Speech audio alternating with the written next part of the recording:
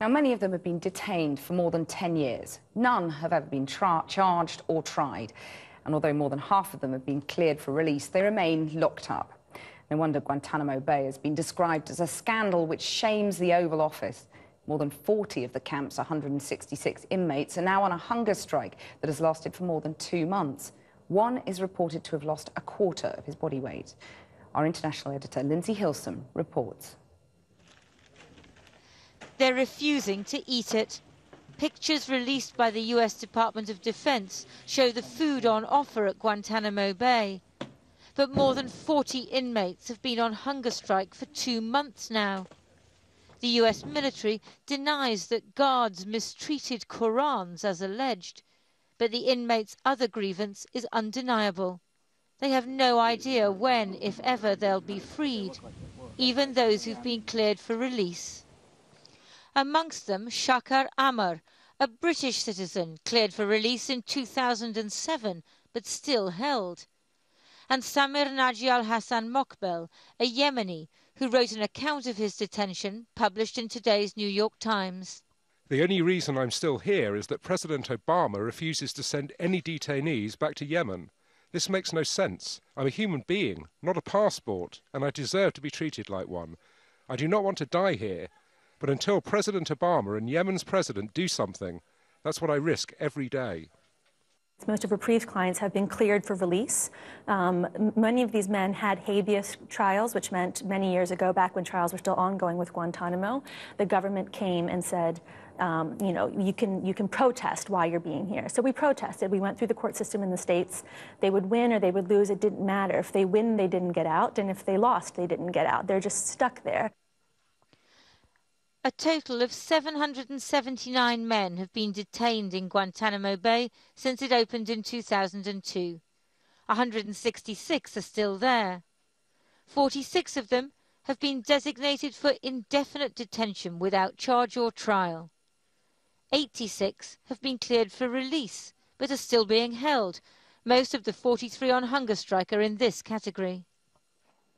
In 2006, Channel 4 News snatched a shot of the chair to which hunger strikers are tied to be force-fed. This is a 12 French feeding tube. It's smaller than an average straw. This is placed down the nose, okay, into the stomach, where the nutritional support is provided, liquid-wise. Today, 11 hunger strikers are undergoing force feeding. Remember this? 2008, as President Obama came to power. I intend to close Guantanamo, and I will follow through on that. 5 years on, the Department of Defense is releasing pictures of prisoners exercising to show Guantanamo's not so bad, and President Obama seems to have given up on closing it down. Inmates are allowed to pray together, but on Saturday some resisted when guards tried to move them from communal facilities to solitary cells. The guards fired non-lethal rounds. The American government may have been hoping that everyone would forget about the detainees, but the hunger strikers and their lawyers are pushing Guantanamo Bay back up the political agenda. Lindsay Hilsum, we're joined now from New York by Omar Farah of the Center for Constitutional Rights. He represents several Guantanamo Bay prisoners. Omar Farah, is there any chance that this could be some kind of a turning point? Or will it require the death, maybe even of one of your own clients? It's an extremely chilling thought, but the question has to be asked at this point. Just last year, a prisoner died after being cleared 3 times by the Bush administration and then the Obama administration. His name was Adnan Latif. You have to ask, would the president have done something differently if he had foreseen that death?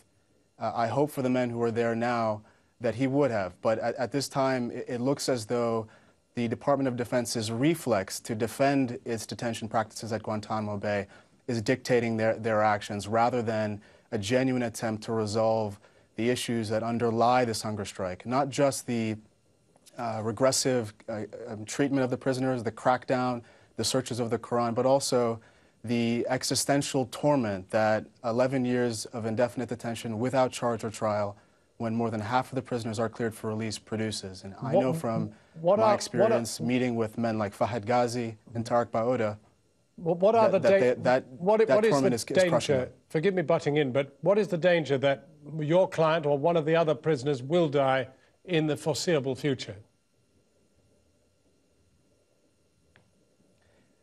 The Center for Constitutional Rights represents a man named Ghalib al-Bahani.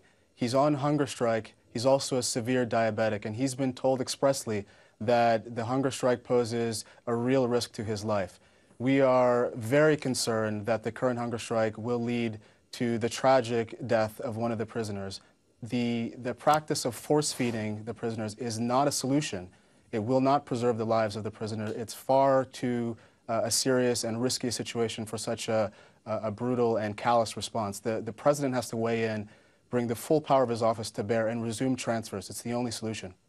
What mystifies, I think, people in the outside world, and very possibly in America itself, is how this country that bore one of the most remarkable constitutions has managed to get itself into a position where it doesn't seem to be able to deal with something which involves 133 prisoners, 86 of whom are free to go but can't be sent anywhere.